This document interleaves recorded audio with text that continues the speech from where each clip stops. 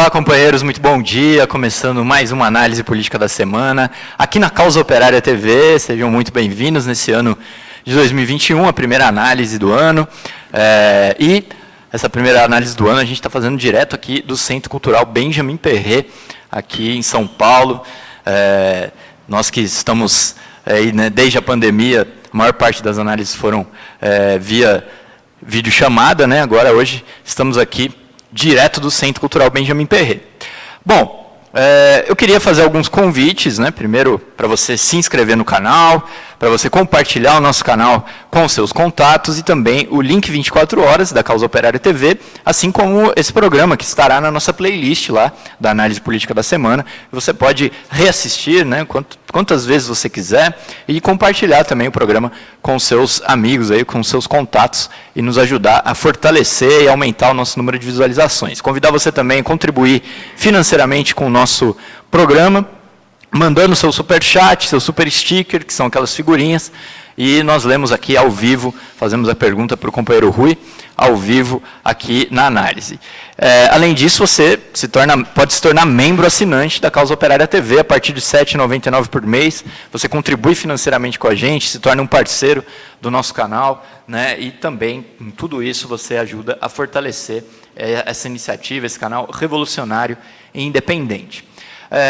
Você deve saber, se não sabe, eu convido agora, que nós estamos aí em plena 46ª Universidade de Férias do PCO e da Aliança da Juventude Revolucionária. Nós tivemos na semana passada as duas primeiras aulas, na terça e na quinta. Bom, antes de falar um pouquinho mais sobre a Universidade de Férias, como está sendo, para vocês que não conhecem, a Universidade de Férias é um curso tradicional do PCO, né, nós já estamos na 46ª, o curso, portanto, tem mais de 20 anos, é o curso mais tradicional de formação política da esquerda brasileira, e dessa vez nós estamos fazendo o curso online por conta da pandemia. Normalmente o curso é feito aí em um local agradável, onde os militantes se encontram para realizar o curso, mas dessa vez está sendo online, e você pode se inscrever de qualquer lugar do Brasil e do mundo para participar desse curso. Para se inscrever, se você ainda não começou a participar da Universidade de Férias, ainda dá tempo, entre no site universidademarxista.pco.org.br, universidademarxista.pco.org.br. Se a produção tiver a página inicial do site, pode mostrar aí para o pessoal conhecer. No site, na plataforma que você se inscrever, além das aulas, que serão 16 aulas entre janeiro e fevereiro, são 2 aulas por semana, 8 semanas de curso, né, todas as terças e quintas, são mais de 40 horas de curso, mais de 40 horas de curso, né, cada aula aí com aproximadamente 3 horas, com o companheiro Rui. Né, você pode se inscrever, ter acesso a essas aulas por pelo menos 6 meses, que é quando nós faremos a próxima universidade, um novo tema, um novo curso. Então, você pode se inscrever. Com apenas R$ 100 você tem acesso, como eu falei, a essas 16 aulas para assistir ao vivo ou a hora que você quiser, e também aos materiais que nós estamos produzindo e alimentando a plataforma da Universidade Marxista. São aí centenas de verbetes, né? Já estamos aí com cerca de 500 verbetes na Enciclopédia Marxista. Ali na enciclopédia você encontra verbetes de personagens, acontecimentos históricos, conceitos marxistas, uma cronologia, bibliografia, tudo isso na Enciclopédia Marxista, que você vai ter acesso assim que você se inscrever na Universidade de Férias. Também tem a Biblioteca Socialista, com livros na íntegra, textos traduzidos, já são, nessa altura, cerca de 100 textos na Biblioteca Socialista.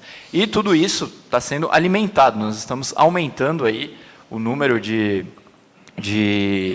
textos e materiais que nós estamos colocando no nosso site da Universidade Marxista. Você está vendo aí algumas páginas da nossa plataforma, tem aí, você está vendo aí a Biblioteca Socialista com os textos, né?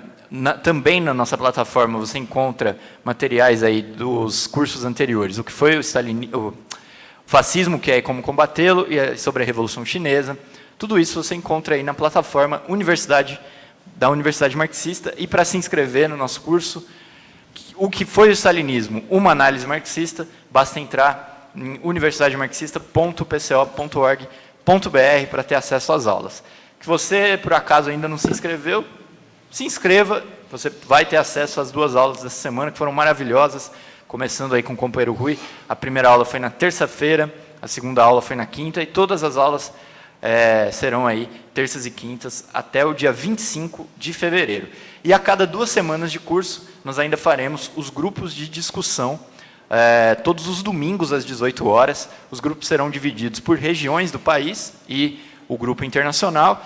E para participar, todos aqueles que estão inscritos na universidade, basta entrar no domingo lá na universidade com sua conta, no site, e vai ter lá o link do Zoom disponível para as reuniões dos grupos, onde as perguntas, os questionamentos, as discussões serão feitas ali com monitores que estão se preparando também para o curso. Bom, então se inscreva, participe desse curso de formação, que já é o maior do mundo. Nós estamos com, nessa altura, mais de 1.000 inscritos para a universidade, e temos aí cerca de 1.300 pessoas ainda podendo chegar nesses inscritos, pois tem pessoas que já demonstraram interesse, que já confirmaram a participação e ainda não estão inscritas. Então, se inscreva, se junte aí com essas mais de 1.000 pessoas que estão acompanhando a nossa 46ª Universidade de Férias. Vou mostrar aqui, inclusive, os materiais para o pessoal levar de recordação, né? Aqui está a caneca de metal, que foi o stalinismo. Nós temos também a caneca de porcelana. Todo esse material, assim como as outras linhas de materiais do PCO, você encontra em lojadopco.com. Lá você faz aí a sua compra online. Aqui está o pôster. Tudo isso você leva de recordação do curso da Universidade de Férias. O caderninho para fazer as anotações, o que foi o stalinismo, uma análise marxista com o companheiro Rui Costa Pimenta. Então se inscreva, universidademarxista.pco.org.br. Bom, é isso, vamos começar então mais essa análise política da semana aqui na Causa Operária TV. Vamos passar a palavra para o companheiro Rui, depois a gente volta para as perguntas dos companheiros que estão nos assistindo. Bom dia a todos. Nessa primeira análise do ano, nós temos um tema muito importante, que é o que aconteceu nos Estados Unidos. Tá? Um grupo de manifestantes de direita, partidários do presidente Donald Trump, invadiu o prédio do Capitólio, que seria o Congresso Nacional norte-americano, botou lá os deputados para correr, e isso daí deu lugar a uma série de desdobramentos políticos que nós temos que analisar aqui. Tá? Nós temos que analisar, primeiro, pela importância internacional que tem o tema, tá? A importância para a política mundial, mas também pela importância que tem para a política nacional. Tá? As forças políticas nacionais se posicionaram diante do acontecimento, e é preciso analisar esse posicionamento, porque ele, numa certa medida, ou numa grande medida, ele determina o rumo dos acontecimentos no Brasil. Tá? Vamos começar com uma caracterização geral, ao invés de começar por uma análise do acontecimento propriamente dito. Né? Nós temos assistido aqui, desde a eleição norte-americana, né? Mas também, né, em acontecimentos de caráter nacional, toda uma operação política da direita nacional e internacional, tá, do imperialismo para operar um atrelamento político do conjunto da esquerda e da opinião, digamos assim, vagamente democrática da classe média nos países imperialistas.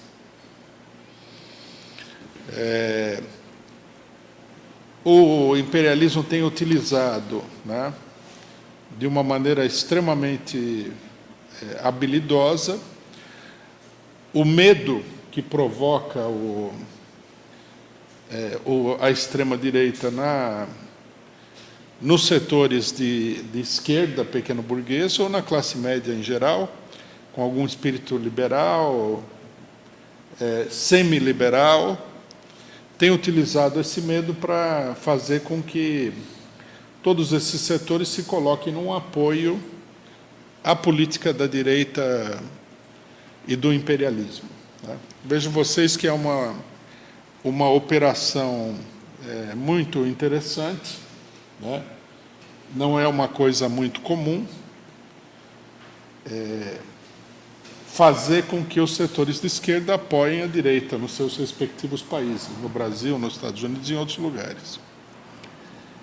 Isso se daria em nome de que é preciso combater o fascismo. Né? É uma operação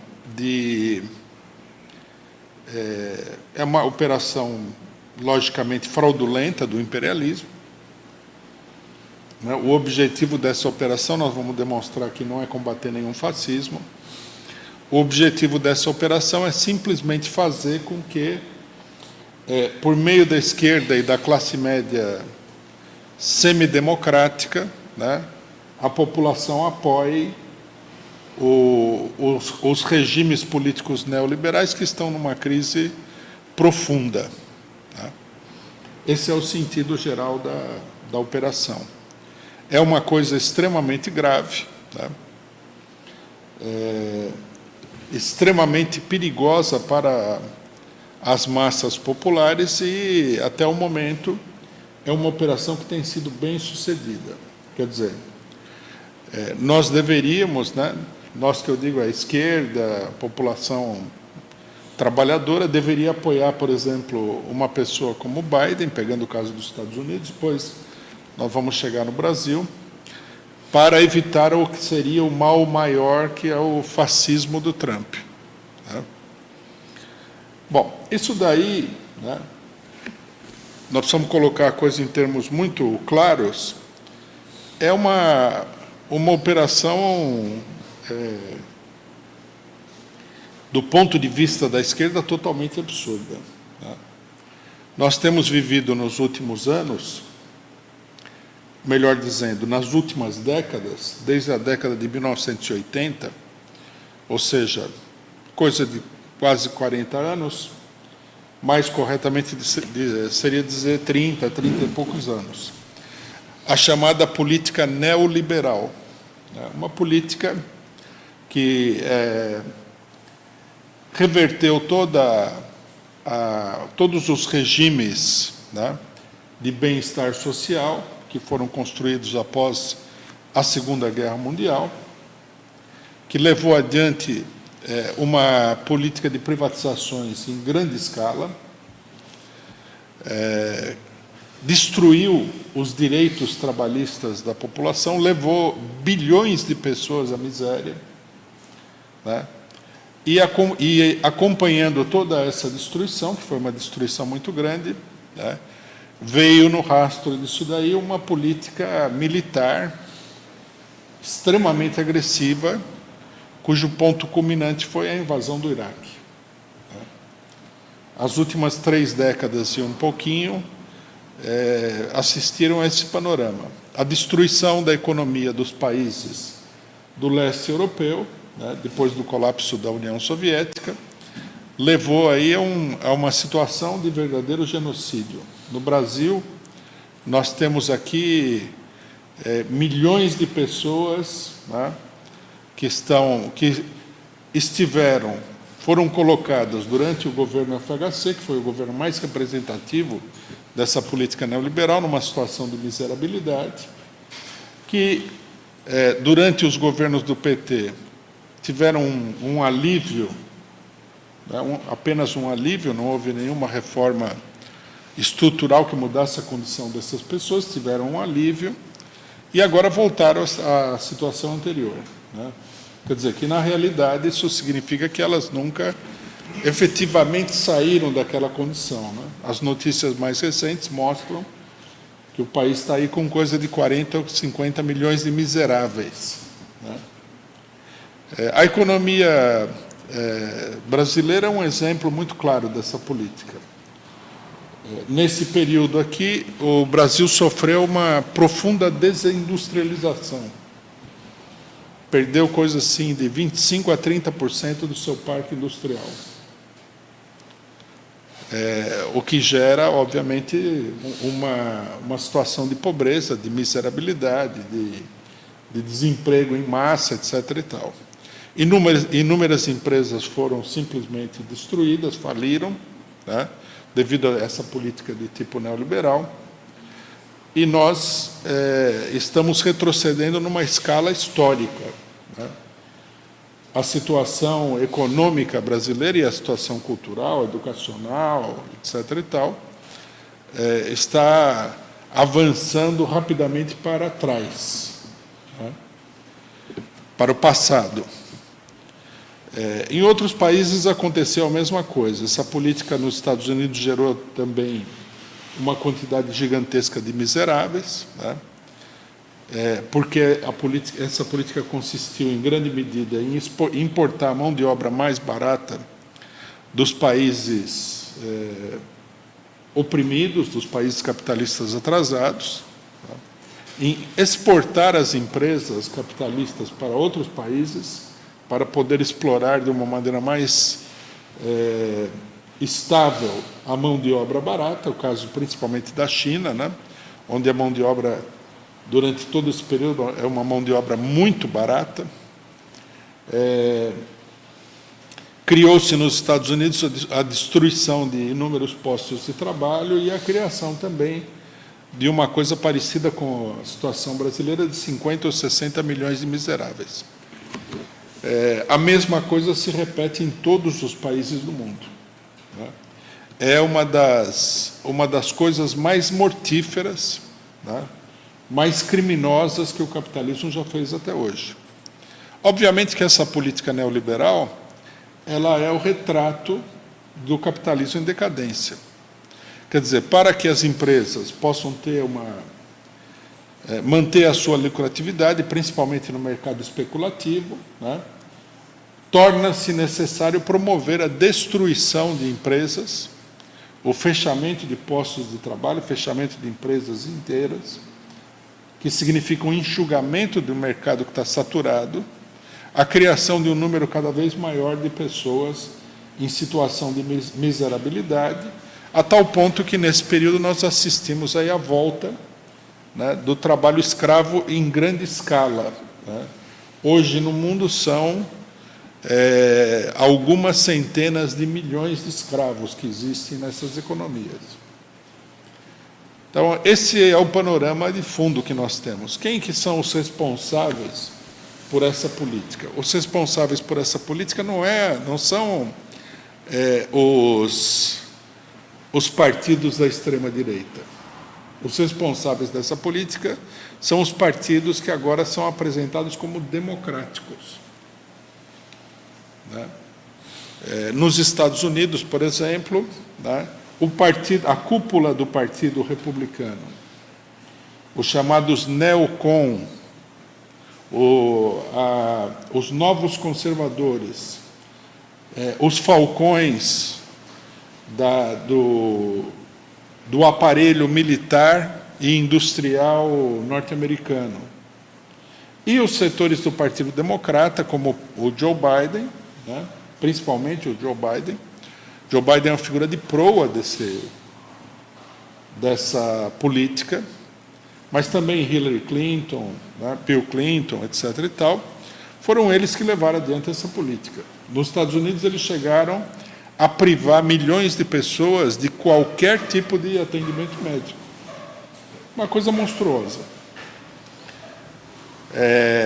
Essa política de devastação, ela é o que essa política de devastação, ao mesmo tempo que uma luta política, uma propaganda sistemática, no sentido de destruir as organizações dos trabalhadores, enfraquecer os sindicatos, enfraquecer as lutas populares, atacar a esquerda, etc. e tal, levaram, né, ao aparecimento da extrema-direita.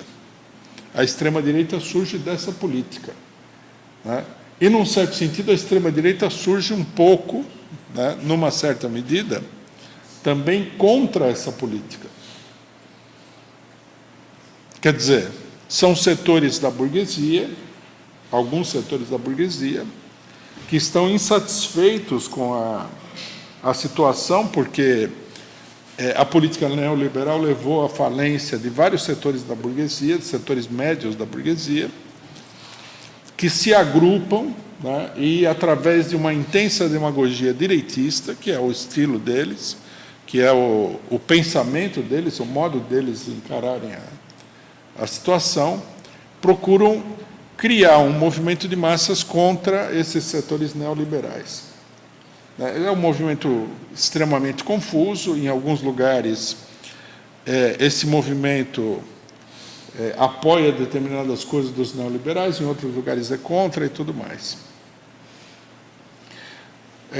Chegando nessa etapa de crise, né, de decomposição do regime político, porque o que nós temos em escala internacional é uma decomposição do regime político imperialista internacional, né? A extrema-direita é uma expressão dessa decomposição.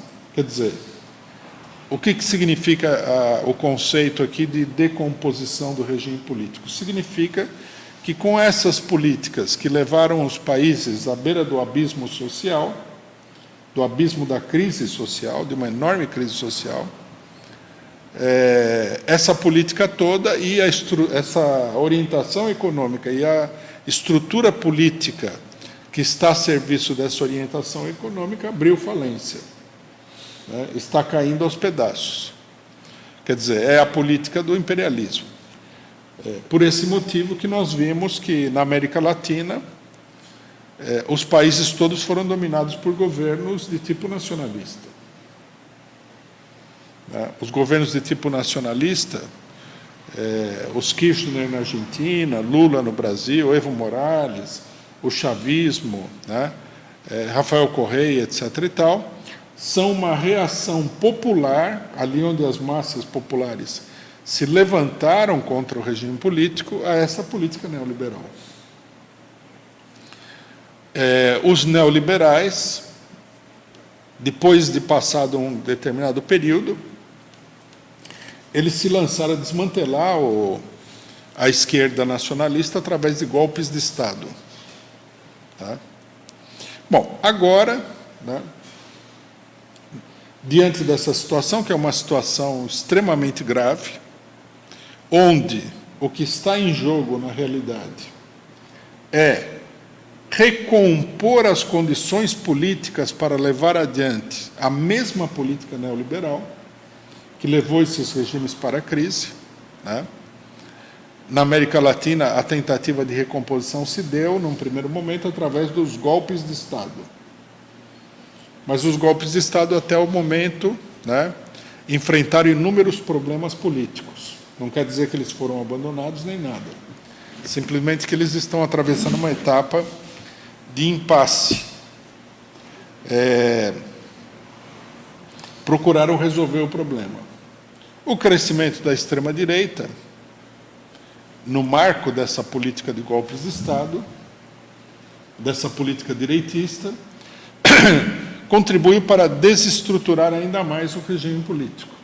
Trump é um sinal de desestruturação do regime político. Bolsonaro é um sinal de desestruturação do regime político, da incapacidade dos setores fundamentais da burguesia de colocar em prática, né, um sistema de dominação política estável para levar adiante uma política de destruição da economia em favor do grande capital.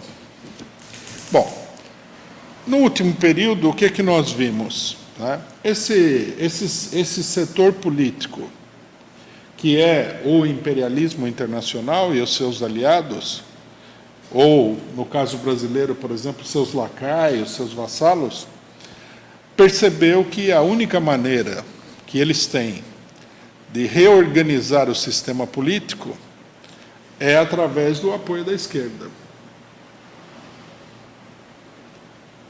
Por que que eles veem isso, a coisa desse ponto de vista? Por que que é necessário o apoio da esquerda?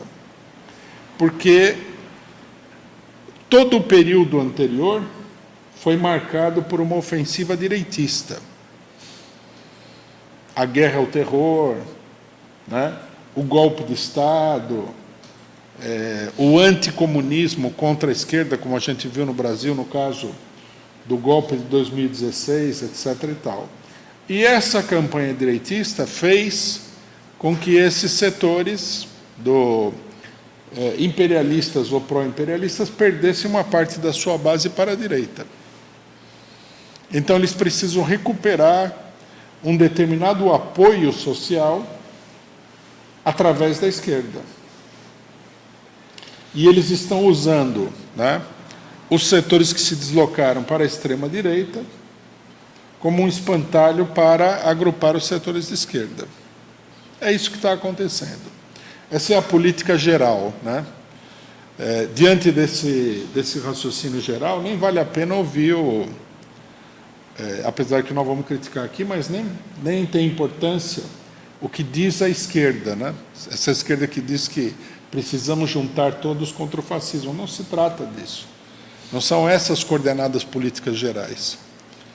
A coordenada política geral é: precisamos juntar todos para reanimar, reativar, dar uma nova estabilidade à política criminosa, genocida, neoliberal.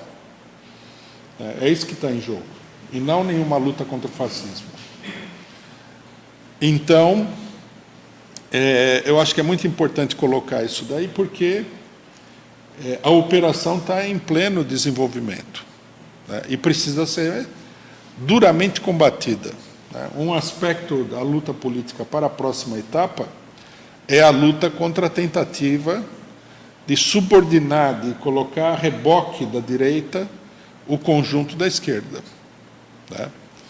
É um aspecto central da luta. Nesse momento aqui, eu diria, inclusive, que é um aspecto até mais importante do que a luta contra a própria extrema-direita. A luta contra a extrema-direita tem que ser travada, mas o perigo maior nesse momento não é a extrema-direita. O perigo maior é colocar o movimento a reboque daqueles que destruíram todos os países do mundo nas últimas décadas, nas últimas 3 décadas, né? Que são justamente esses setores ditos democráticos.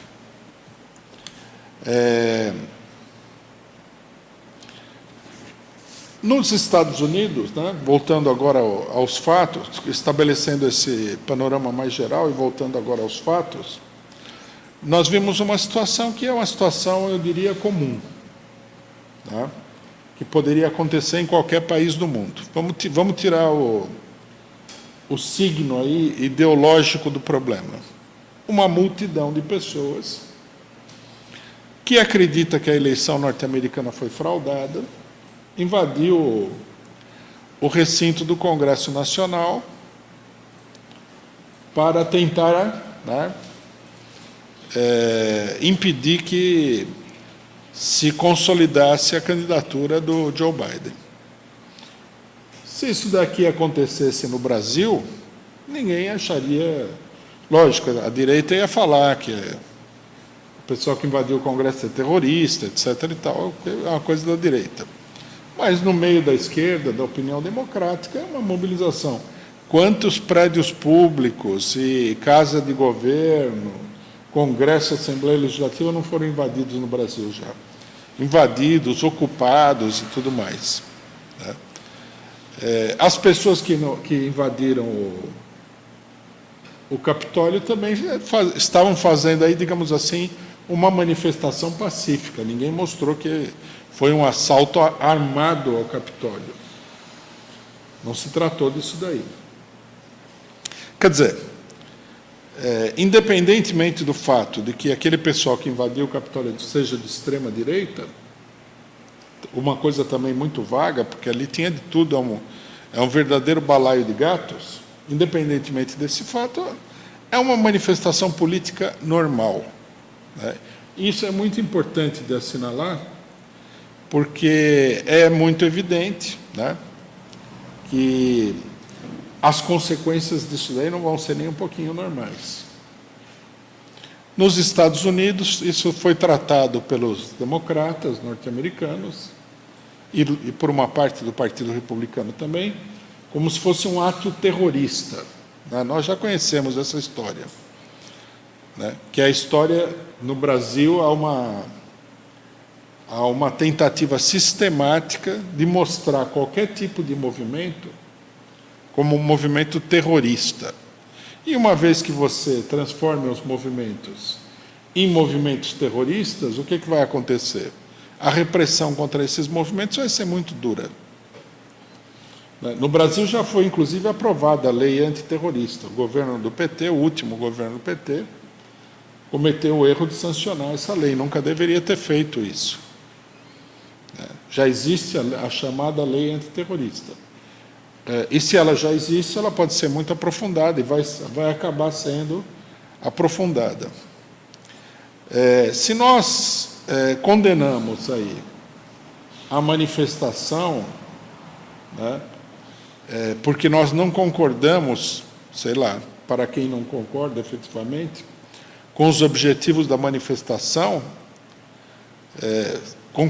condenamos simplesmente por esse motivo, nós estamos dando aí munição para que a direita venha estrangular o movimento operário, o movimento dos trabalhadores, as lutas das massas, etc. e tal.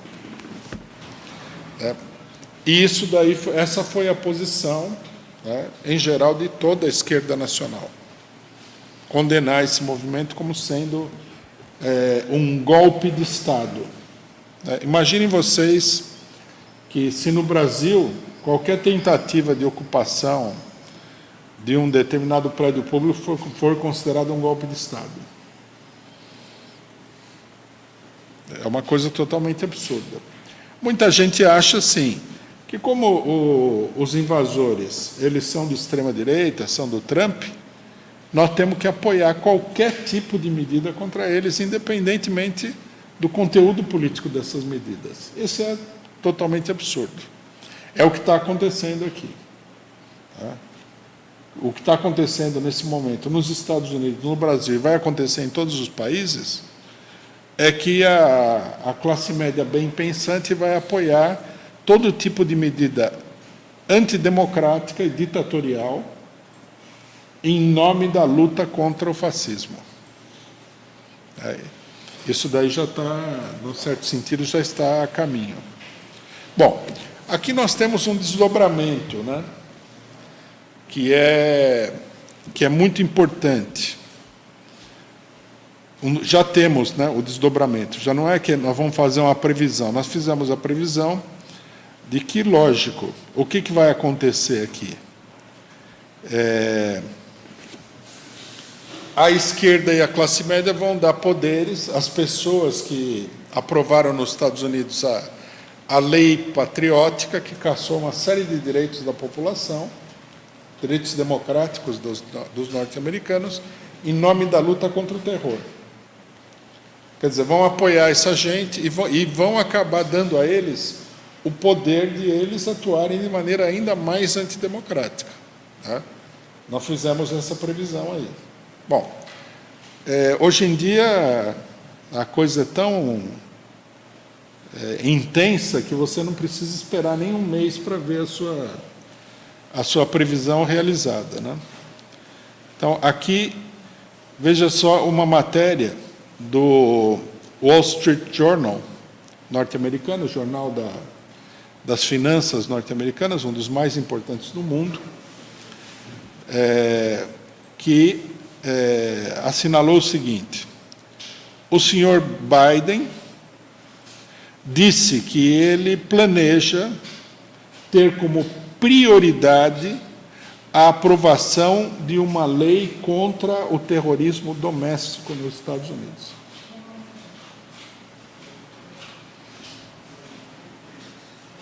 Quer dizer, você tem uma lei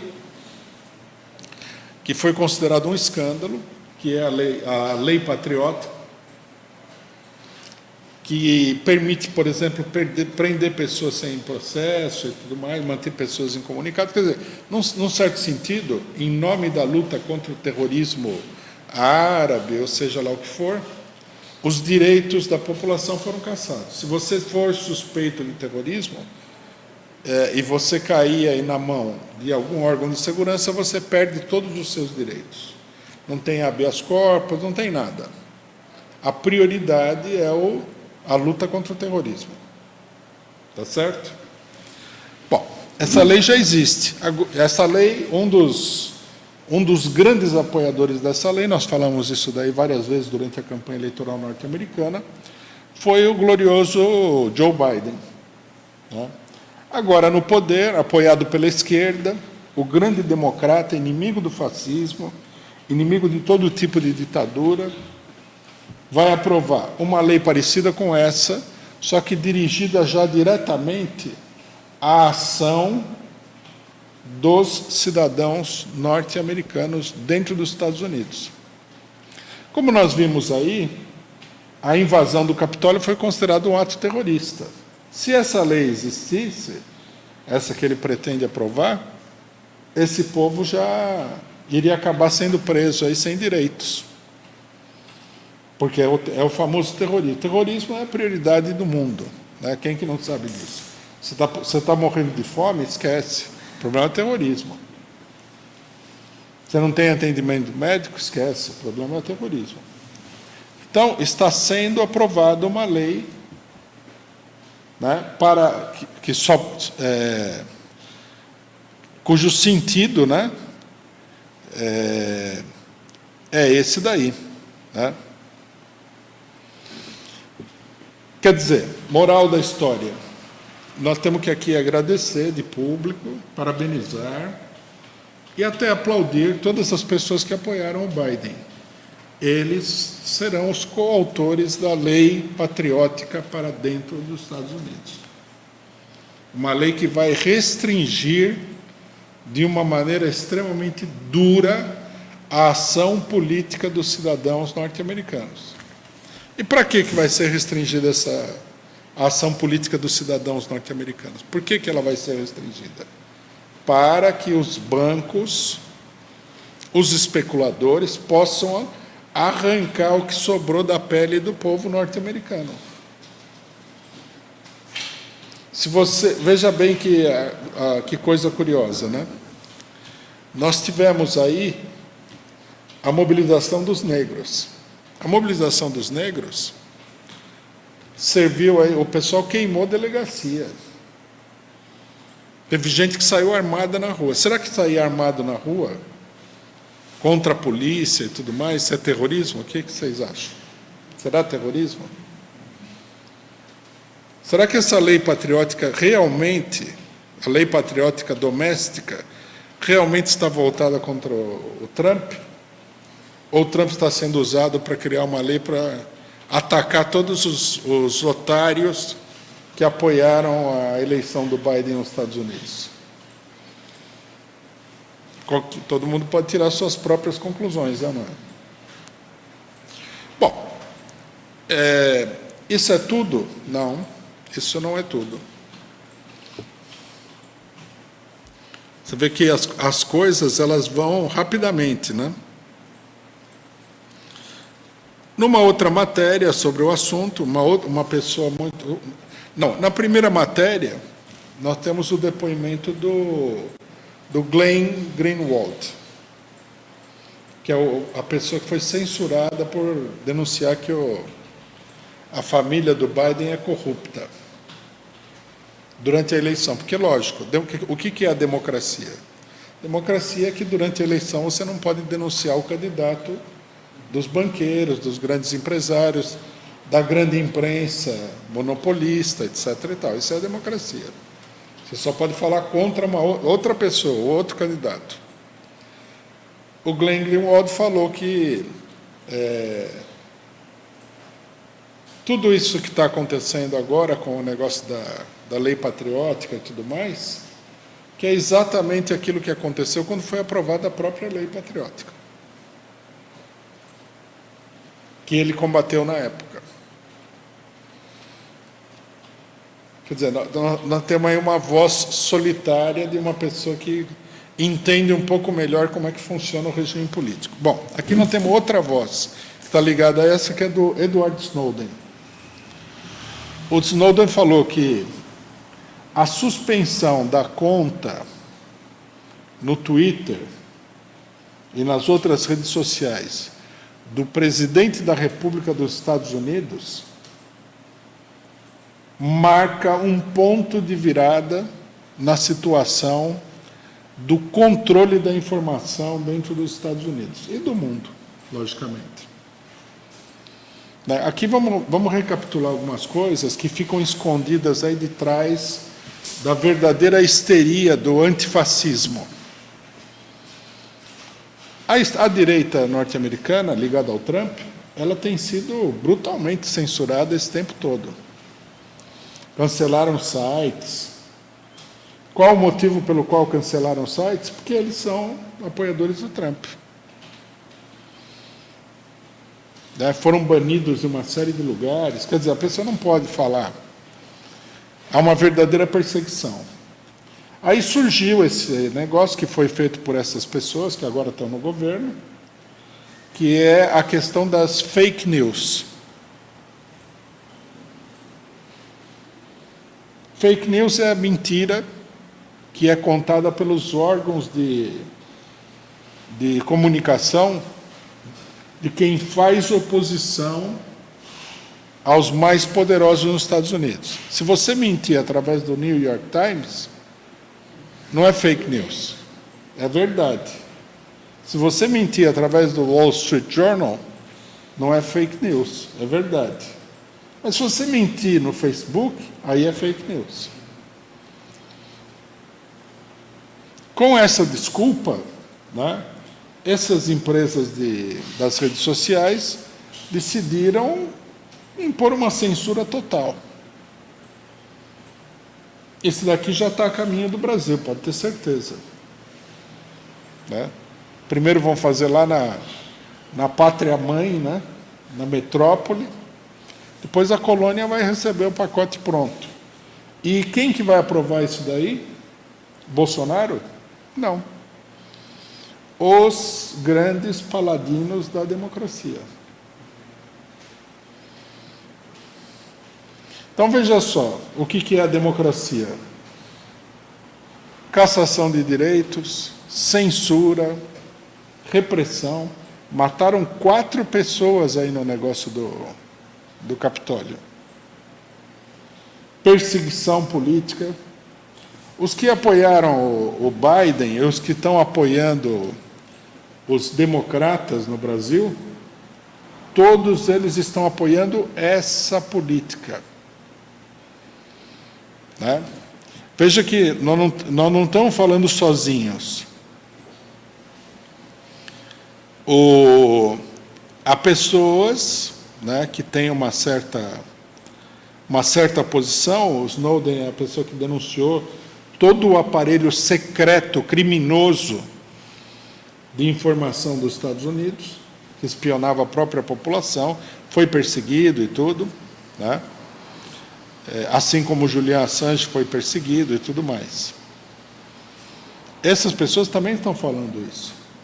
Quer dizer, que nós estamos vendo aqui que a chamada luta contra o fascismo, o chamado antifascismo, é uma cobertura, e uma cobertura muito transparente, para colocar em prática uma política fascista.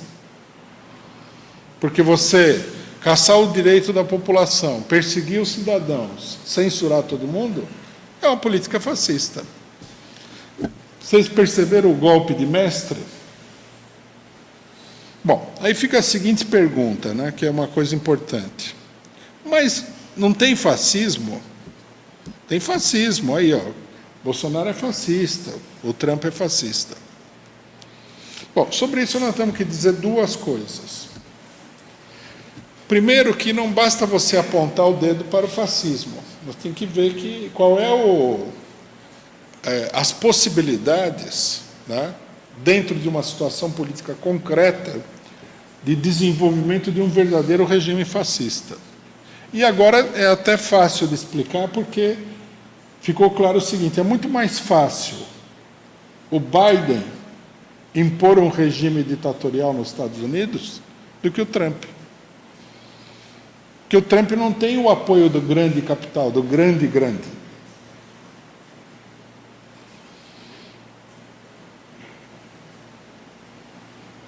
O pessoal, né, apresenta o fascismo, como acontece sempre, né, não como um fenômeno social, mas como uma espécie de fenômeno diabólico. É como aconteceu na luta contra as drogas, o eixo do mal, do Reagan, né? Não sei se o pessoal lembra do eixo do mal. Um conjunto de países que era o eixo do mal, principalmente o Irã. A guerra contra o terror. Quem que é o terror? O terror ninguém sabe. O que o pessoal sabe é que predominantemente são os árabes malucos lá, que jogam bomba. Por que eles jogam bomba? Por que eles estão tão nervosos assim? Deve ser gente louca, deve ser rito satânico, alguma coisa. Ninguém se parou para pensar que quando você leva 500 mil de soldados até o Oriente Médio, destrói o Iraque totalmente, depois ajuda a massacrar os palestinos, ajuda a massacrar a Síria, destruir a Síria, destruir a Líbia. Quando você faz tudo isso, né, que não é pouca coisa, alguém vai ficar bravo e vai jogar uma bomba em você. É natural. Tudo bem, a gente pode esperar que você jogue bomba na cabeça da pessoa e a pessoa ainda venha beijar os seus pés. É uma expectativa.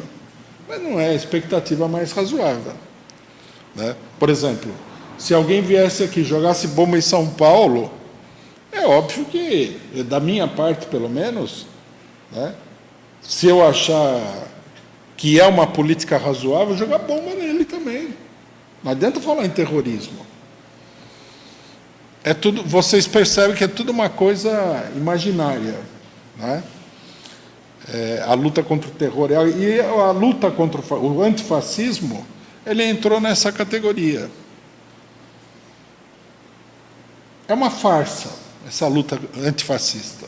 Nós temos que denunciar que os antifascistas que falam que tem que apoiar o Baleia Rossi no Congresso Nacional são farsantes políticos. Estão mentindo para todo mundo, estão enganando todo mundo e estão facilitando a obra do próprio fascismo, como aconteceu nos Estados Unidos. Quando você fala, vou votar no Biden porque ele é o mal menor e o Biden aprova a lei terrorista que o Trump não aprovou, o Trump não aprovou essa lei. Ele ficou 4 anos no governo e não aprovou essa lei. Aí vem o cidadão e quer aprovar a lei antiterrorista, então você vê que ele não é nem mal menor. E que tudo isso é uma farsa, né? E que é preciso desconfiar quando a pessoa fala de luta antifascista. Não tem luta antifascista nenhuma. A luta antifascista de uma parcela da esquerda, e particularmente da burguesia, no caso do Brasil, a burguesia golpista, no caso dos Estados Unidos, a burguesia imperialista genocida, é uma farsa grotesca. Não há luta nenhuma contra o fascismo. Tem que deixar isso absolutamente claro. Nós explicamos aqui várias vezes, eu acho que é importante repetir, que o fascismo ele chega ao poder quando o pessoal que apoia o Biden necessita do fascismo.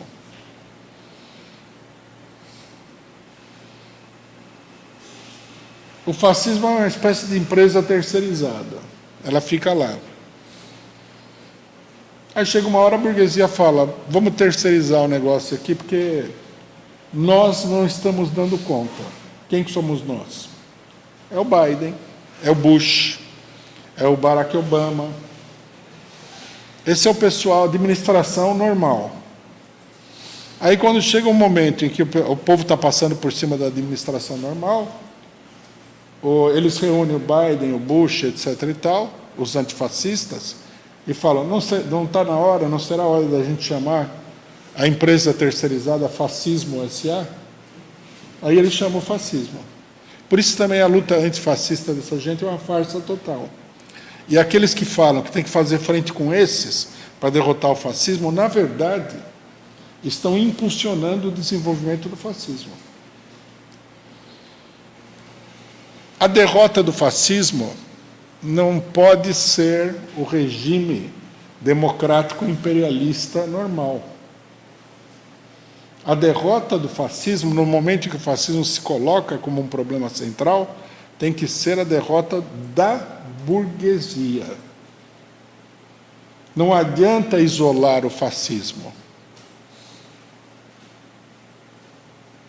É preciso mostrar as conexões entre o fascismo e a burguesia. Senão a coisa não faz sentido absolutamente nenhum. No Brasil, esse daí, nos Estados Unidos é grotesco. O Biden, Kamala Harris, Bill Clinton, Hillary Clinton, isso aí só pode passar como democrata para uma pessoa que teve o cérebro derretido. Não é normal. Agora, no Brasil, o DEM do Rodrigo Maia, o MDB do Baleia Rossi do Temer, o PSDB do FHC, tudo bem. Alguns dirigentes do PT saíram a campo para falar que esses caras são defensores da democracia. Mas vamos falar a verdade. Quem que acredita nisso? Quem que seriamente acredita nisso daí? Ninguém. É uma fraude. É uma enrolação do povo. Para a gente ver o tamanho da enrolação, já está cheio de comentários de que o Bolsonaro vai apoiar o candidato do DEM para a presidência do Senado. Então, veja que bonitinho, né? Veja que lindo. Na Câmara, apoia o candidato do DEM em defesa da democracia. No Congresso, apoia o candidato do DEM em defesa do fascismo. Poderia ter uma esquerda mais ridícula do que essa? Vocês conseguem imaginar uma esquerda mais ridícula do que essa? Daqui a pouco nós vamos apoiar o filho do Bolsonaro contra o Bolsonaro, sei lá. Já nessa altura do campeonato ninguém vai entender mais nada, né? É uma coisa totalmente idiota. Nós vimos isso daí no caso do coronavírus. A esquerda toda pulou aí, né, para jogar confete sobre o Dória, mas não foi só o Dória. Até o Wilson Witzel, que já caiu, foi elogiado como sendo um antifascista. Bom, se o Wilson Witzel é antifascista, até o Hitler pode ser antifascista também, não é? Quem que não seria antifascista? É uma farsa total. O cidadão lá de Goiás, como é que é o nome dele? Ronaldo Caiado, fundador da UDR, né, Organização de Matadores de Sem Terra, é antifascista. Bom, então, né, Mussolini era antifascista também, porque ele também era matador de sem terra. É uma coisa ridícula, é grotesca, né, que tem que ser denunciada energicamente. Nós não podemos ficar na defensiva com isso. Bom, o que fizeram? Tacaram o Bolsonaro e apoiaram o Dória, o Witzel, o Ronaldo Caiado e outros tantos delinquentes políticos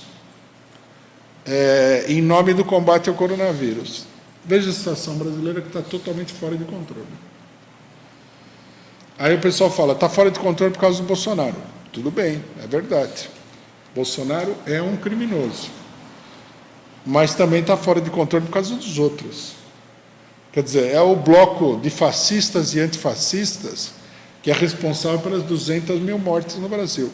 como nós falamos no começo da pandemia, eles não fizeram nada e continuam não fazendo nada. Não conseguem nem se acertar em torno da questão da vacina. A única coisa que a gente sabe é que eles querem obrigar o povo a tomar vacina. Mas ninguém sabe qual vacina, ninguém sabe como vai chegar essa vacina, quando vai chegar, onde é que vai estar a vacina, nada. Mas o povo já está obrigado. É a lei antiterrorista sanitária brasileira. Uma coisa totalmente ridícula. Outra coisa, o pessoal chamou a votar no Paz, apoiar o Dória e tudo mais. Os governadores de estado e os prefeitos, nesse momento, estão desenvolvendo uma enorme campanha contra a população. Por exemplo, o Dória tirou um pacote para atacar os velhos em São Paulo. Atacar os velhinhos. Velhinhos e os deficientes físicos. Ninguém fala nada, porque, em nome do antifascismo, vamos atacar todo mundo. Não é? Ele cortou o subsídio dos deficientes físicos, a isenção de PVA dos deficientes físicos para a compra de automóveis. Cancelou a gratuidade das pessoas acima de 60 anos no transporte público, colocou para 65. Ano que vem ele coloca para 70, mas já com 70 anos já, a maioria nem sai de casa, não vai pegar ônibus, né? Então, eles estão todos num ataque desenfreado contra a população, que é facilitado pelo quê? Pelo antifascismo. Você estende aquela bandeira fajuta de antifascismo e os antifascistas atacam a população de todas as maneiras possíveis e imagináveis. E aí vem o propagandista esquerdista dessa porcaria e fala assim, o problema é o Bolsonaro. Não, Dória é bonzinho. O outro, não, é o Bolsonaro, só o Bolsonaro. De repente, né, o que aconteceu no Brasil? A camada política brasileira, que é podre até o último grau, ela é toda pura. Só tem uma pessoa no Brasil inteiro que é um problema, que é o Bolsonaro. Não é uma maravilha de política? Uma política dessa, né, da esquerda, a burguesia, logicamente que nada de braçada. Depois vai ter gente que vai perguntar o seguinte, por que o povo não reage? Porque teria que, nessa altura do campeonato, teria que reagir contra todo mundo. Existe uma conspiração, uma coligação, um condomínio entre esquerda e direita contra o povo. Porque quando você fala que o Baleia Rossi é antifascista e democrata, você está cuspindo na cara do povo, está desmoralizando o povo. Como é que vai ter luta? Não vai ter luta nenhuma. É totalmente absurdo. Mais um argumento em torno desse problema do fascismo e antifascismo, que é importante, né?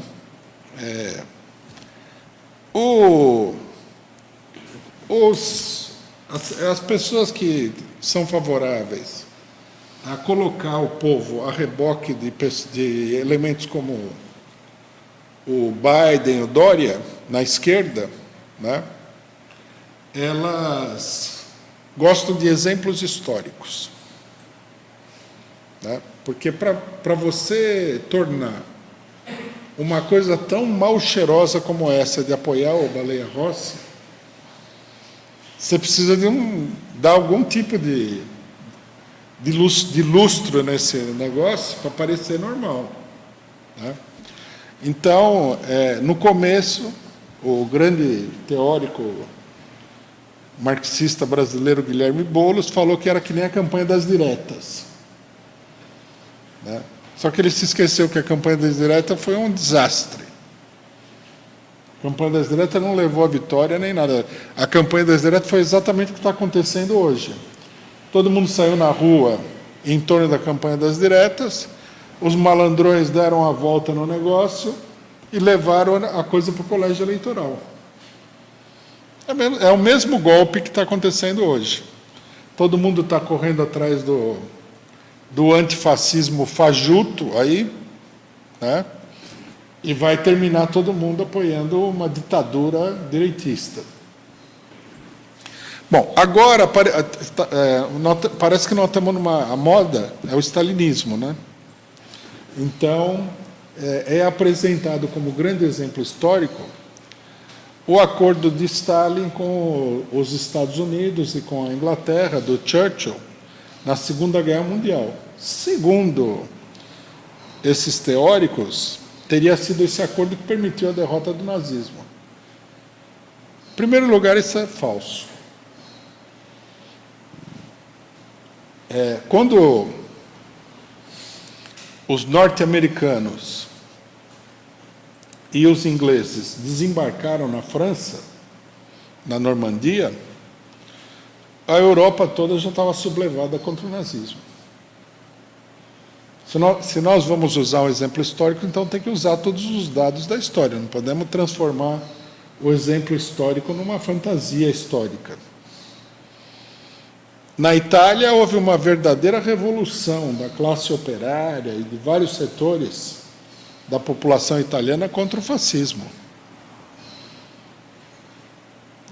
Houve o movimento de guerrilha contra o fascismo na Europa abarcava a França, Itália, os países nórdicos, a Holanda.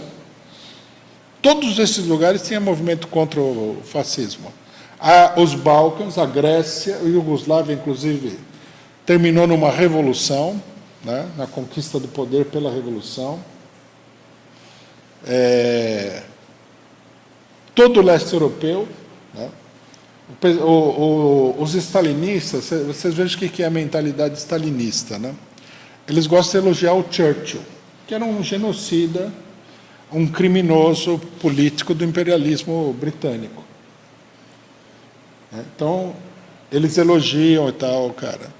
Mas eles não falam, por exemplo, que que os alemães na Polônia tiveram que enfrentar uma insurreição armada de toda a classe operária polonesa.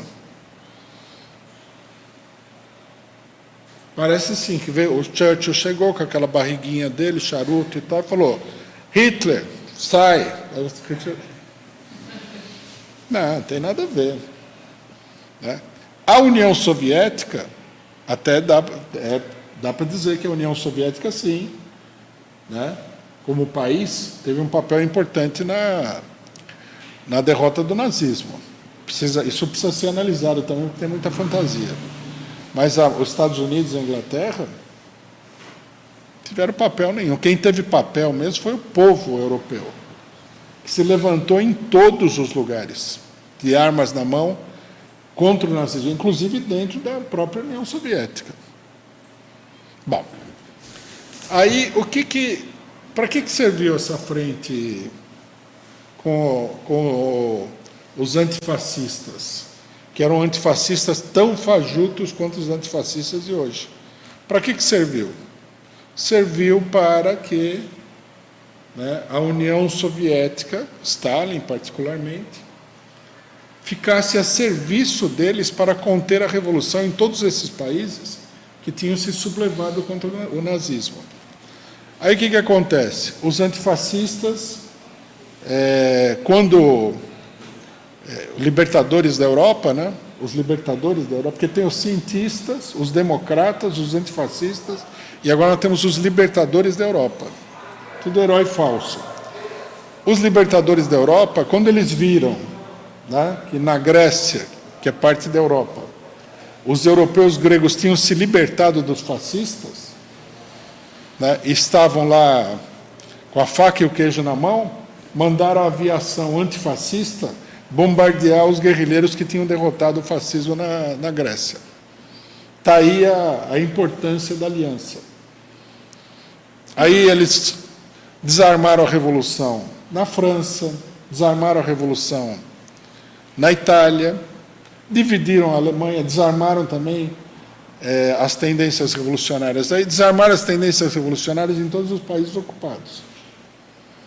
Colocaram a Itália, a Espanha fascista e Portugal fascista, sob a proteção deles, né? Portugal, inclusive, entrou na OTAN imediatamente, porque eles eram antifascistas. O natural do antifascista, o que é? Chamar o fascista para participar, não é? Na Itália, por exemplo, eles foram lá para apoiar um governo formado por todos os fascistas.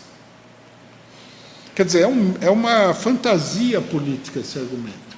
Primeiro, eles não derrotaram ninguém, né? Eles ficaram lutando contra os japoneses, os norte-americanos, na maioria do tempo, e no Oriente Médio, lutando para ver quem é que iria ser o dono de escravo dos países do Oriente Médio. Porque ninguém vai falar que no Oriente Médio era uma luta pela libertação dos países do Oriente Médio, né? Aí já seria uma coisa do arco da velha. A hora que eles resolveram o problema de quem ia ser o dono de escravos, eles vieram para a Europa para acabar com a Revolução, com a ajuda, logicamente, do Stalin. Isso aqui é um breve resumo, né? Aproveito até para fazer propaganda do curso que nós estamos fazendo. No curso nós vamos explicar mais em detalhes como é que foi essa horrenda frente ampla antifascista da Segunda Guerra Mundial. Nós já esboçamos esse problema, vamos falar muito mais. Bom, vamos lá?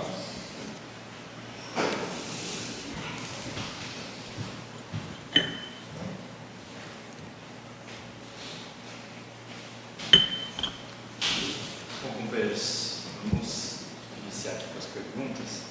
Eu queria só, então, reforçar, já que o companheiro Rui acabou de falar, que ainda dá tempo de você se inscrever na Universidade de Férias, universidademarxista.pco.org.br para participar desse curso. Vai até dia 25 de fevereiro, são 2 aulas por semana, todas as terças e quintas, e essa semana que passou nós tivemos aí as 2 primeiras aulas, o que foi o stalinismo, uma análise marxista. Bom, vamos lá. Primeira pergunta aqui, eu queria agradecer o superchat do companheiro Tiago Pires, muito obrigado. Ele pergunta: o que esperar do movimento operário dos Estados Unidos diante de um governo que vai reprimir atos e que deve lançar uma política de guerra contra vários países? É difícil de prever, né? Pela maneira como a situação está desestabilizada, pela maneira como a crise está intensa, nós podemos esperar que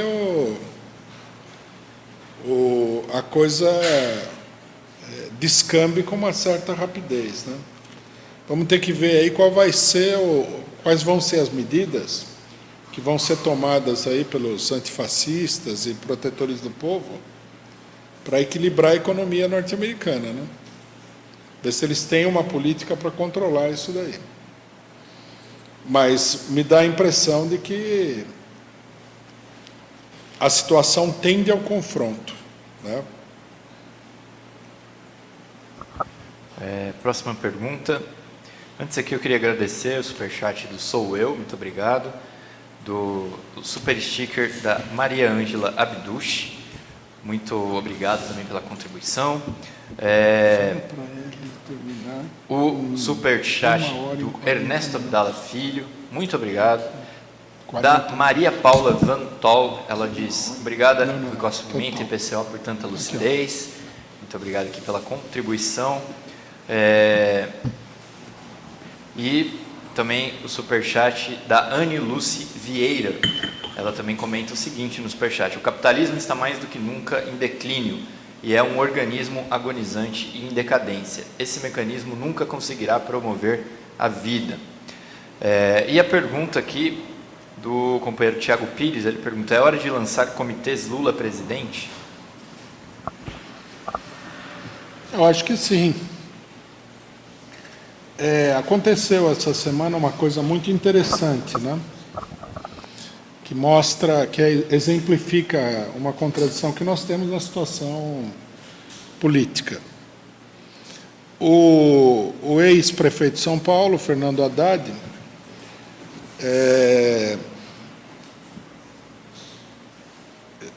desistiu da sua coluna na Folha de São Paulo,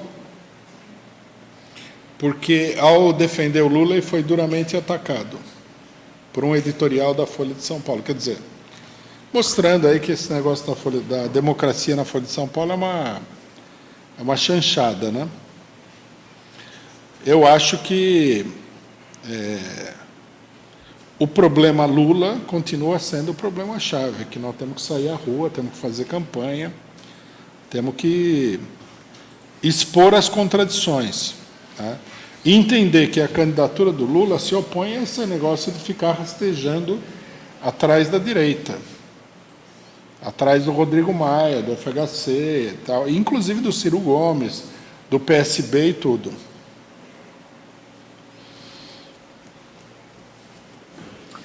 Eu queria fazer uma pergunta, se seria meio absurdo dizer que, dentro dessa lógica da esquerda, do mal menor, se o Arthur Lira é mal menor em relação ao Baleia Rossi, né? Baleia Rosa, né? Porque ontem eu vi ele falando que ele é o candidato das reformas.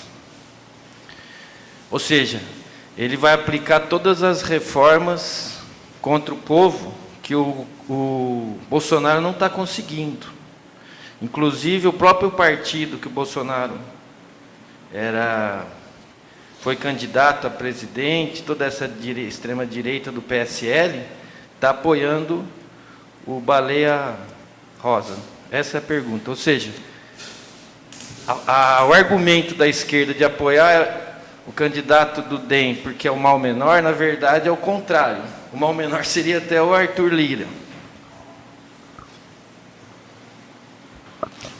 Esse negócio do mal menor, a gente deve dizer aí muito claramente o seguinte: você só pode falar em mal menor e mal maior, de um ponto de vista político, em situações muito concretas. Precisa ser concreto o problema do mal menor e do mal maior. Às vezes você é obrigado a escolher entre duas situações desagradáveis, né? Mas não é assim, eu vi as duas situações, esse aqui é o mal maior porque não sei o quê, e outro é o mal menor porque não sei o que lá. Não, tem que ser uma coisa bem específica. Por exemplo, na Revolução Russa, o Partido Bolchevique decidiu que era necessário fazer um acordo com os alemães, cedendo inclusive uma parte do país para poder preservar a Revolução. Então, a gente poderia dizer, o mal menor era fazer esse acordo, mas não é um problema propriamente de mal menor, é um problema concreto. Se você não faz o acordo, a Revolução afunda. Se você faz o acordo, você vai ganhar tempo para recuperar a situação, que foi o que aconteceu efetivamente, né? Então, esse raciocínio baseado no mal menor e mal maior, em geral, meio que uma farsa política, para enganar em geral, é para enganar alguém isso aí. Fulano é o mal maior ou o mal menor. O que eu acho assim, esse negócio das reformas, eu vi essa declaração do Baleia Rossi, é significativa mesmo. Mostra quando ele fala que ele é o candidato às reformas, quer dizer que ele vai privatizar, vai cortar verbas, vai atacar o povo em geral. Ele é o candidato do ataque às condições de vida da população. Não há motivo para acreditar que o outro candidato também não faça a mesma coisa, não fizesse a mesma coisa sendo eleito, né? Pode até acontecer dele não ser tão agressivo nas reformas, né? Agora, uma coisa é certa, o candidato das reformas antipopulares é o Baleia Rossi, o melhor candidato. Isso aí não tem a menor dúvida. E isso daí mostra que esse negócio da democracia é uma farsa. Porque como é que um candidato cujo programa é atacar violentamente o povo pode ser o candidato da democracia? Eu vi, por exemplo, os dirigentes do PT falarem o seguinte: nós não concordamos com esse bloco no terreno econômico, mas no terreno político eles defendem a democracia. Bom, seria bom que o pessoal do PT fizesse um seminário para mostrar onde e quando esse pessoal defendeu alguma democracia. Porque eu, pessoalmente, não fui testemunha disso daí, não. Não vi absolutamente nada. Eles são cupinchas do STF que todo dia faz alguma coisa antidemocrática. Eles mesmos são profundamente antidemocráticos. Eles deram o golpe em 2016. Então, quer dizer, não sei de onde viram que no terreno político esse pessoal é democrático. Agora, não é legítima essa divisão. É uma divisão absurda. A questão da democracia é um meio para levar adiante uma determinada política. As duas coisas andam juntas. Para uma política econômica antidemocrática, uma política política também antidemocrática é necessário. Quer dizer, é uma série de sofismas da esquerda em relação a isso daí. E, inclusive, aproveito para destacar o seguinte: é toda a esquerda. Os 3 partidos de esquerda aí que estão no Congresso Nacional, eles têm todos a mesma posição de apoiar os antifascistas científicos e democráticos da direita nacional. Próxima pergunta. Deixa eu agradecer aqui ao companheiro José Zambrano Caliendo Júnior. Ele mandou uma pergunta aqui sobre a questão do curso, estava tendo dificuldades, mas falou que já está resolvido aí o acesso. Quem mais tiver alguma dificuldade, entre em contato com a gente, nós ajudamos aí a resolver. Também agradecer aqui ao superchat do Luiz Preza. Pergunta o seguinte: Rui, você concorda que a maioria dos intelectuais de esquerda, entre aspas, pensam com a cabeça de um intelectual imperialista? Eu acho que sim. Não é que o problema é o seguinte: uma boa parte da esquerda, ela é esquerda no Brasil por causa da radicalização política no país. Mas, na realidade, esses setores aí são... Uma boa parte dos setores são setores de classe média que a gente deveria classificar como liberais. E olhe lá, hein? Porque o mesmo liberalismo deles em política é muito fraco. O mais preocupante é que existe uma parte da esquerda que se diz revolucionária, que é também profundamente pró-imperialista. Quase toda a esquerda organizada... Uma coisa interessante é o seguinte: quase todas as organizações de esquerda brasileiras, essas que são partido marxista-leninista, revolucionário, comunista, esse tipo de organizações, apoiaram o golpe de 2016. Quer dizer que são organizações que têm uma orientação pró-imperialista. Pergunta da companheira Isadora Dias. Você poderia explicar o apoio que o PCO recebe de um setor da direita que se classifica como libertário? Acho que ela se refere a posições... Como é que é? O apoio que o PCO recebe de um setor da direita que se classifica como libertário. Acho que ela se refere a posições como a nossa posição da vacinação... Não, nós não apoiamos nenhum setor que se diz libertário. Não, ao contrário, eles gostam da nossa posição em relação a isso. Às vezes eles aparecem apoiando a nossa posição. Por quê? Porque eles têm alguma ideia de defesa das liberdades democráticas que são importantes para a população. Então, por exemplo, É uma coisa curiosa também. Há grupos de direita que são a favor da liberdade de expressão. E há grupos de esquerda que são contra. Contradições, né, de um país confuso, atrasado, de uma época onde a intelectualidade é confusa politicamente, é despolitizada, no fundo.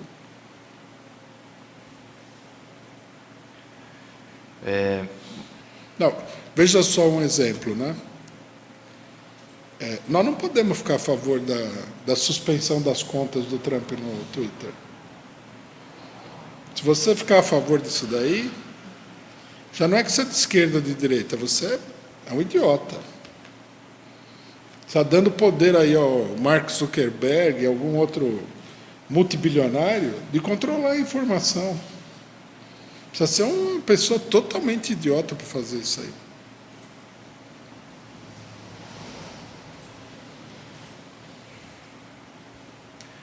Próxima pergunta.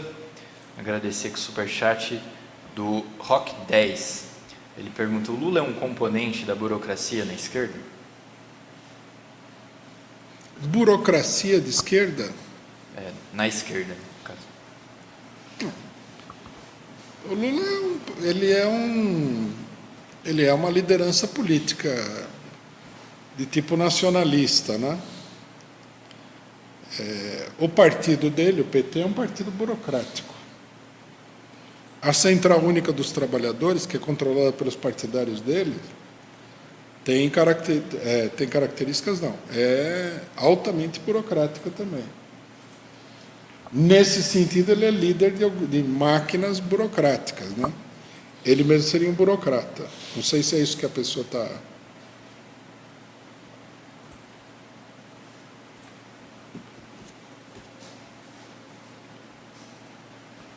Próxima pergunta, superchat do Felipe Acorce, na verdade é uma sugestão aqui dele. Rui, sugestão de curso: esquerda pequeno-burguesa, o que é e como combatê-la. Também agradecer o superchat. Então, só um detalhe. O curso sobre o stalinismo é esse daí. A esquerda pequeno-burguesa tem muita afinidade com o stalinismo em geral. Inclusive aqueles que falam que são anti-stalinistas. Agradecer então o superchat da Edna Castro e do Rob Silva, que manda a seguinte pergunta: ontem teve uma notícia que os apoiadores do Trump criticaram ele quando aceitou a vitória do Biden. Isso mostra que o movimento é mais autônomo do que se mostra? Isso é uma coisa para analisar realmente, né? Porque se o Trump não consegue manter a liderança, não quer dizer que esse movimento vai desaparecer. E não quer dizer que o movimento é criado de cima para baixo, etc., como o pessoal está pensando. É preciso pensar a mesma coisa sobre o Bolsonaro.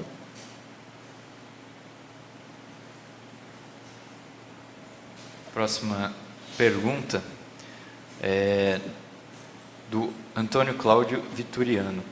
Ele pergunta o seguinte, vou agradecer ele pelo superchat: está se desenvolvendo a previsão do Alisson Mascaro de que as redes sociais serão controladas em 10 anos?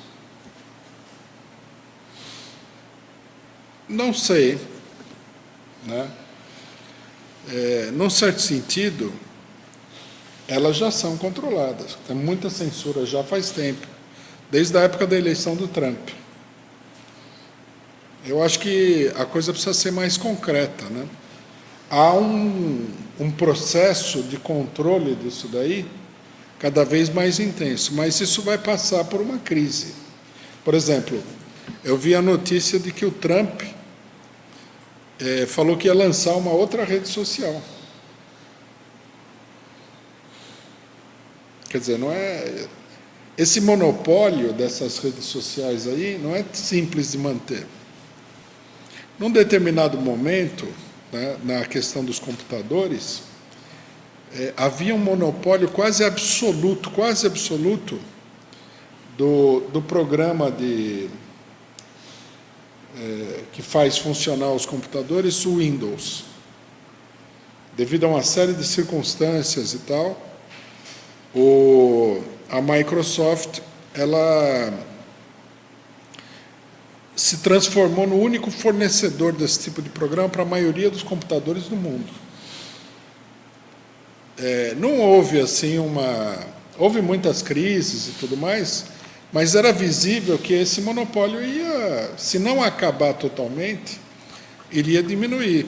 Bom, hoje já a situação mudou drasticamente. Você tem aí, já tem uma meia dúzia de sistemas operacionais que funcionam e que têm um alcance muito grande.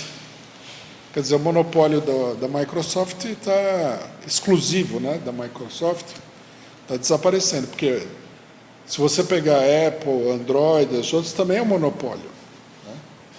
É o que o pessoal chama de oligopólio, ou cartel, que é um tipo de monopólio. Mas, né, é um processo mais complexo, porque afeta governos. Você vê que tanto o governo russo como o governo chinês desenvolveram redes sociais próprias. Se você for, por exemplo, na Rússia ou na China, as redes sociais feitas pelo governo, elas são mais importantes nesses países do que a rede social imperialista. É um processo é um processo contraditório. Não dá para dizer que a coisa vai se desenvolver assim em linha reta. Vamos controlar até que fecha tudo. Não. Vai ter muita crise, muita crise. E nós estamos vendo agora que a crise está explodindo no interior dos Estados Unidos. O Trump, se ele lançar essa rede social aí, ele, com a quantidade de pessoas que apoia ele, vai ser um concorrente expressivo, né? Será que alguns capitalistas norte-americanos vão apoiar ele, sim ou não e tal? Quer dizer, moral da história, o problema é o seguinte: a gente nunca deve pensar que os poderosos têm um controle absoluto da situação. Porque se fosse assim, nós estaríamos condenados à escravidão. A dominação burguesa, ela é cheia de contradições em todas as áreas. Por exemplo, é óbvio que para a burguesia o regime ideal seria um regime de tipo fascista. O Mussolini ou Hitler seria melhor do que ter um parlamento que fica brigando lá, trocando soco e tal. Só que, devido às características do regime, que eles não controlam totalmente, não é possível fazer isso.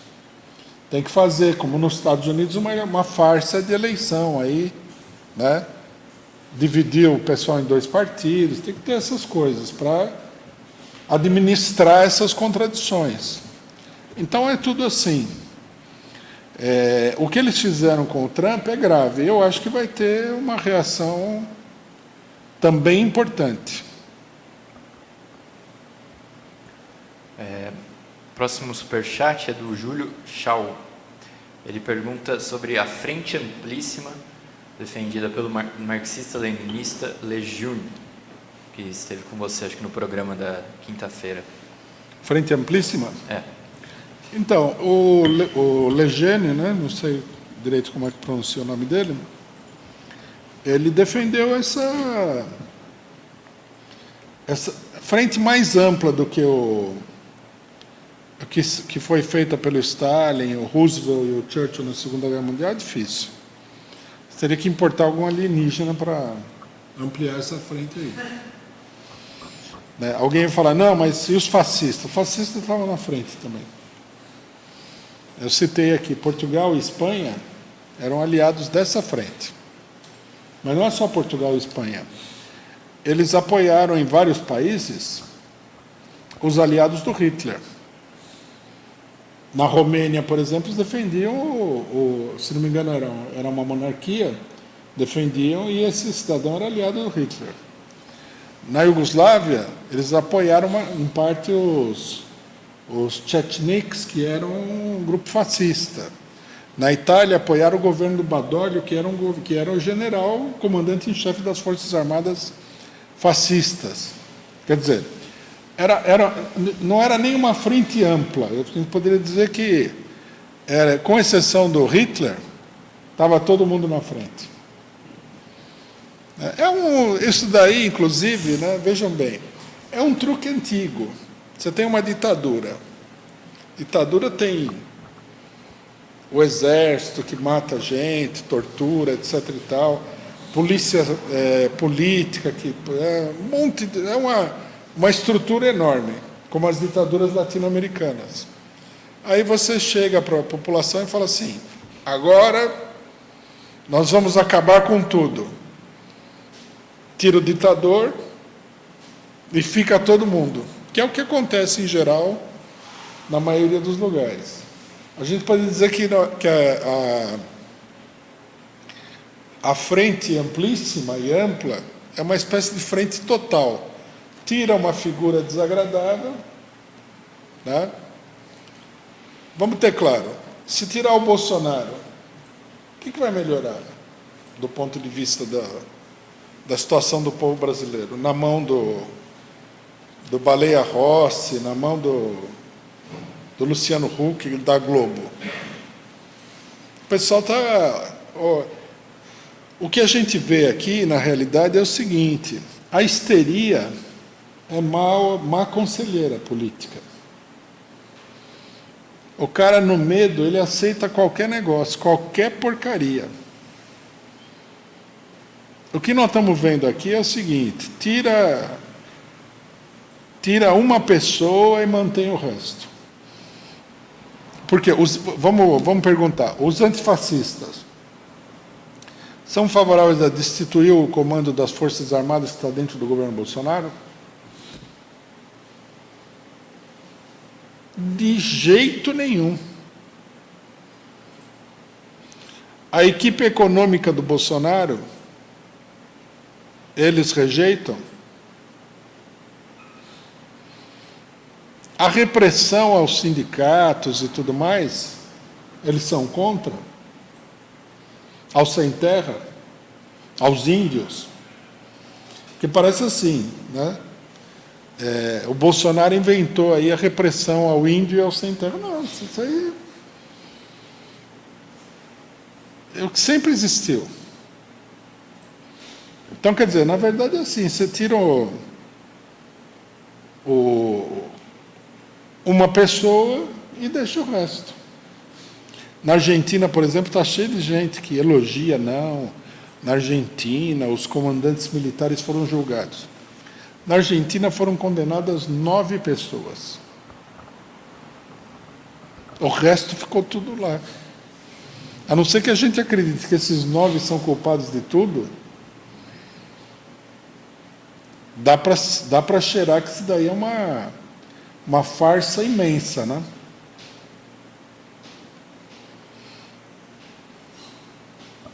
A frente ampla é juntar todo mundo contra o povo, na verdade, não é contra o fascismo. Queria agradecer o superchat do Fabrício Caldeira, da Paula Monteiro, o super sticker que ela mandou, superchat também da Bárbara Richard, muito obrigado, e do Corisco. Ele pergunta se existe alguma ligação entre o marxismo e a teoria freudiana da psicanálise de adesão ao fascismo desenvolvida por Theodor Adorno. Não. Essas teorias psicanalíticas de explicação do fascismo, elas são todas furadas. Fascismo não é um problema psicológico. Não é uma neurose. Fascismo é uma questão social, assim como a democracia. Aí a pessoa olha e fala assim: nossa, olha a influência que eles têm sobre a população. É um tipo de propaganda que eles fazem que mobiliza a população. Da mesma maneira, né, que os democratas norte-americanos, os grandes democratas antifascistas, protetores do povo e dos povos, mobilizaram uma parcela da opinião pública para apoiar o ataque criminoso, genocida contra o Iraque, em nome da derrubada de um perigosíssimo ditador. A burguesia mobiliza o pessoal aí para ser contra os negros, contra os chineses, contra qualquer coisa. A burguesia tem meios de mobilizar, tem técnica para mobilizar. Então, não há como você explicar, é um erro muito grave explicar o fascismo como uma neurose social. É absurdo. Queria agradecer mais um superchat do Antônio Cláudio Vitoriano. Ele diz: Rui é muito inteligente, suas explicações sempre são muito esclarecedoras e nos abrem os olhos. Obrigado. Também o superchat do Carlos Santos, que nos dá aqui um aviso importante. Haddad já tem substituto na Folha. A partir de terça-feira, Guilherme não vai ter Copa Bolos, será colunista do jornal. E também o superchat do César Nogueira. Força ao PCO, muito obrigado. Cristiane Wagner Barros Borges, que renovou aqui seu status de membro, também muito obrigado. E desta vez eu consigo também, muito obrigado pelo superchat. E o Fernandes da Silva também contribuiu com o superchat. Ele pergunta: há uma briga dentro do PT entre a ala Lula, que apoia a baleia, em detrimento da ala que apoia o PSOL. Você confirma isso? Não, a ala que apoia o PSOL apoia o Baleia mais do que qualquer outra coisa. A ala que apoia o PSOL é o Tarso Genro, que falou que o paladino da democracia científica, o João Dória, tem que encabeçar a luta para derrubar o Bolsonaro. Esse negócio de apoiar o Baleia Rossi, vamos entender uma coisa. Nós não podemos ficar com fantasia. Isso daí são os deputados do PT, que não ligam a mínima para os militantes do PT, para ninguém, a não ser para eles mesmos, né? Um grupo de deputados, que decidiu que eles precisavam fazer amizade aí com a direita para poder conseguir cargo, conseguir espaço nas comissões, etc. e tal. Conseguir verba para eles levarem para o Estado, para se reeleger. Isso aí não é uma operação política de grande voo. Isso é uma operação política de ladrões de galinha. O povo tem que entender isso daí também. Por que é que alguém vai apoiar esse pessoal? Veja só. O cidadão chega aqui e fala assim: nós vamos apoiar o Baleia Rossi porque ele é a favor da democracia. Primeiro, já é o caso de ligar para uma clínica psiquiátrica. Né? Falar: ó, o cidadão está aqui do meu lado falando que o Temer, que organizou o golpe de Estado de 2016, é o defensor da democracia no Congresso. Não é o caso de mandar uma ambulância e tal. É ridículo. Em primeiro lugar, é ridículo. Ninguém acredita nisso daí. Ninguém acredita nisso daí. Nem os que defenderam acreditam. Né? Então, você tem que perguntar: por que então fazer toda essa lambança? Isso aí está custando caro no PT. Tem várias vozes que se levantaram e tudo mais. É porque é a política miúda. A política miúda não é uma política popular. É uma política de tomar lá da cá, de cargos. É uma política rasteira, uma política medíocre. O Lula ficou quieto. Ele não falou que ele é a favor. Ele ficou na dele. Quem falou que era a favor foi o Zé Dirceu, que é outra pessoa, não é o Lula. Eu acho que o que confunde o panorama é a Gleisi Hoffmann. A Gleisi Hoffmann, minha tese aqui, ela foi colocada aí na fogueira para defender o indefensável. Porque se aparecesse um daqueles deputados ratões do PT, deputado de comissão, rato de comissão, e defendesse isso daí, estourava uma crise enorme no partido. Como eles não quiseram brigar com os deputados, colocaram a Gleisi Hoffmann para arcar com o peso da palhaçada deles, que é uma palhaçada isso daí. E o pessoal tem que entender que é uma palhaçada. Por isso que o Lula não falou nada. Se fosse uma política séria e tal, o Lula não é nenhum revolucionário. Se fosse um negócio assim que valesse a pena defender, ele defenderia. Isso aí é uma política rasteira, política da rataiada do Congresso. E o PSOL é a favor dessa política. Não sei de onde a pessoa tirou que o PSOL tem outra posição. O PSOL é baleísta também. Agradecer a Corina Mello pelo superchat. Ela pergunta: usar o neoliberalismo como o sistema responsável pela crise que assola o mundo seria uma tática da direita para voltar ao capitalismo como solução? O neoliberalismo é uma camuflagem do capitalismo? Não, o neoliberalismo é uma política de crise. O capitalismo está numa crise muito grande. Por exemplo, por que eles colocaram em prática o neoliberalismo? Logicamente que isso precisa de uma análise integral, mas eu vou mencionar alguns aspectos. O Estado Nacional não consegue mais sustentar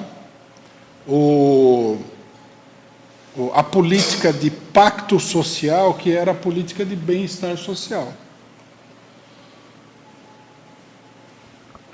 Eles perceberam que isso daí não funcionava mais. Por que não funcionava mais? Porque o estado de bem-estar social, ele era financiado, né, por uma certa ampliação da economia capitalista depois da Segunda Guerra Mundial, que foi uma ampliação que cobriu um buraco que a guerra tinha deixado. Bom, isso aí se esgotou. O capitalismo ele não cria mais aquele excedente que permita fazer isso daí. Pelo contrário, os bancos estão sempre à beira da falência. Nós vimos, em 2008, quando teve a crise de 2008, deram mais de $1 trilhão para os bancos. Agora teve a crise da pandemia, deram mais $1 trilhão para os bancos. Isso é o neoliberalismo. Precisa tirar de toda a economia e dar para os bancos, porque senão vai tudo à falência. É uma economia falida que eles são obrigados a sustentar. Então, aí o que acontece? Para obter mais lucros e tudo mais, eles destroem uma parte da economia. A natureza da crise capitalista é uma crise de superprodução. Você tem mais produção do que o mercado é capaz de absorver. Então, o que eles fazem? Eles vão destruindo uma parte da economia, que é um enxugamento da economia, para ver se a parte que sobra consegue ter os lucros necessários. E não está dando certo. Destruíram toda a economia da União Soviética, destruíram toda a economia do leste europeu, destruíram uma boa parte da economia de todos os países atrasados e a coisa não anda. Porque, num certo sentido, é um círculo vicioso. Você destrói a economia para aumentar a lucratividade, mas aí você aumenta o número de desempregados e encolhe o mercado. Aí você destrói mais economia para aumentar a lucratividade e o mercado encolhe ainda mais. A multidão de miseráveis que, num dado momento, o pessoal classificou como excluídos do sistema. Essa multidão não é ser excluído do sistema é uma bobagem, né? Essa multidão de miseráveis, ela é um peso morto dentro do capitalismo. Ela não consome, ou ela consome muito pouco. Como fazer? É uma coisa, é um jogo que vai aumentando a crise a cada momento que passa. Toda a economia se desloca para o mercado financeiro. O mercado financeiro, para manter a lucratividade, promove uma série de ações de altíssimo risco ou altamente destrutivas, né, para conseguir essa lucratividade. E, no final, o negócio fica lá cada vez mais, como é que se diz? Desinflado, tá? Sem vida, sem dinamismo. Um exemplo disso é o futebol. O futebol é o centro de uma especulação financeira gigantesca. Mas você vê que no Brasil, por exemplo, não está aguentando o tranco.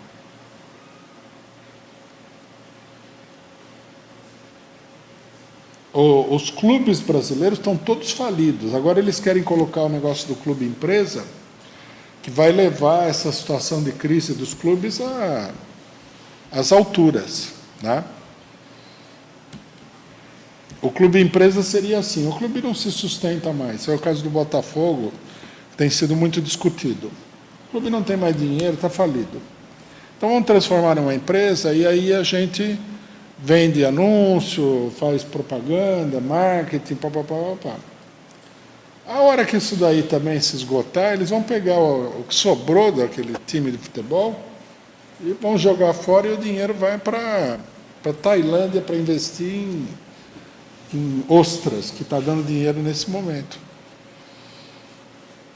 A gente já viu uma parte desse espetáculo com clubes, por exemplo, como o Corinthians, que num dado momento que houve um investimento maciço, o clube subiu, depois afundou. A economia capitalista está toda nisso daí. É uma economia de jogatina num grande cassino internacional. A produção está cada vez pior, cada vez mais debilitada, né? Quer dizer, não há volta. Não é que a ideia de que há uma volta ao capitalismo é errada, porque a política neoliberal é uma política dos capitalistas. É a maneira que eles encontraram de fazer frente a uma crise que é uma crise terminal. A única solução para o capitalismo seria que o capitalismo começasse a crescer. Isso aí, nem o economista mais ideológico, mais otimista, é capaz de falar que isso aí vai acontecer. A própria burguesia sabe que eles estão carregando aí um sistema que está em estado de coma. Eles estão procurando manter o negócio vivo até onde der.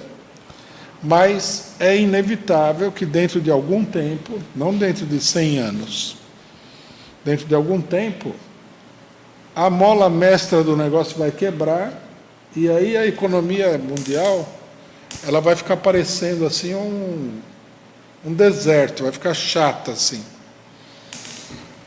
Aí o número de desempregados, que já é gigantesco, vai ser tão grande que o pessoal vai... isso aqui não é também uma fantasia da minha parte. O pessoal vai começar sistematicamente a tocar fogo no país onde eles vivem. Foi o que aconteceu na Argentina, quando a Argentina faliu depois de toda a grande experiência neoliberal, né? Onde todos, vejam só vocês, todos os palácios provinciais, quer dizer, a casa de governo dos estados argentinos, foram ocupados e queimados pela população. Porque o número de desempregados era tão gigantesco que transforma tudo numa enorme panela de pressão que vai explodir.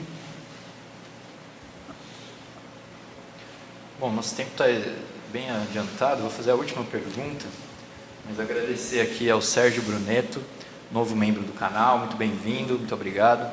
Há também o superchat do Guilherme Valduga, o superchat do Guilherme Ferraz, do Everton Máximo Pereira, do Luiz Preza, muito obrigado pela contribuição. Infelizmente não vai dar para fazer todas as perguntas, pedi até para o pessoal da produção separar aqui. E também agradecer o superchat da Nathalie.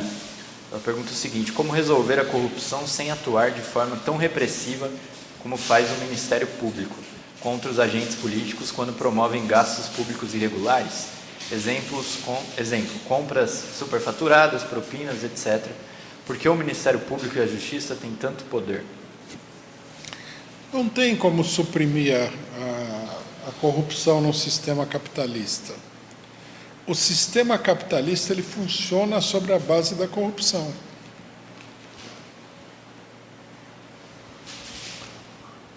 Nem poderia ser diferente. No sistema capitalista, o que acontece? Quando você quer alguma coisa, você vai lá e compra. Você quer uma lei, você tem que comprar os deputados. O cidadão quer aprovar uma lei aí, imagine só o seguinte, o Dória. O Dória vai caçar aí o direito do idoso aí de 60 anos de andar gratuitamente no transporte público. Alguém acredita realmente que exista uma pessoa no país inteiro que acha que isso daí é uma coisa normal de se fazer? Massacrar assim a população idosa? Não. Inclusive pega mal. Você vai votar a lei lá, né, um monte de gente vai olhar e falar, isso aí é um vampiro. Então como é que você faz para aprovar a lei? Você paga o deputado. Os órgãos governamentais de combate à corrupção é para diminuir o excesso. Porque chega uma hora que a coisa fica tão espantosa que isso daí gera uma crise política. Então, eles vão lá, e em geral, quem é pego na corrupção é tudo peixe pequeno. Os grandes corruptores nunca vão em cana, não existe isso. Veja só uma coisa. A ex-ministra da Dilma, aquela mulher da Agricultura, ela falou que gastaram 50 bilhões de reais para aprovar o impeachment. O que é isso daí? Corrupção? Não. Isso é a democracia em ação.